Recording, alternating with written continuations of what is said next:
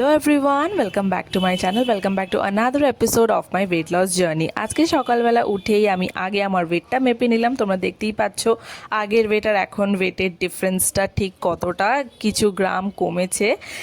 Gradually হবে এটা আস্তে আস্তে। তো তারপরে আমি আমার মর্নিংয়ের ফার্স্ট ড্রিঙ্কটা খেয়ে নিলাম, যেটা হচ্ছে জিরা অ্যান্ড জিঞ্জার ওয়াটার।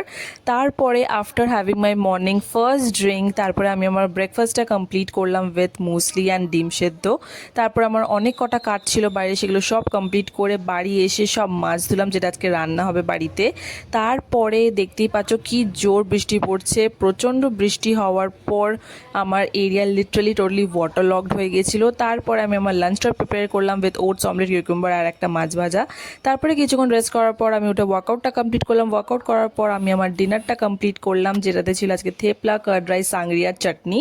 তারপরে আমি কিছু জিনিস অর্ডার করেছিলাম ফ্রম ব্লিঙ্কিট, যেটাতে ছিল প্রথমেই একটা লিটল হার্টস। তারপরে আমি অর্ডার করেছিলাম গো জিরো থেকে একটা বেলজিয়ান ডার্ক চকলেট আইসক্রিম। আমার খুব ক্রেভিং হচ্ছিল, এটা হচ্ছে 97 ক্যালোরিজ আছে।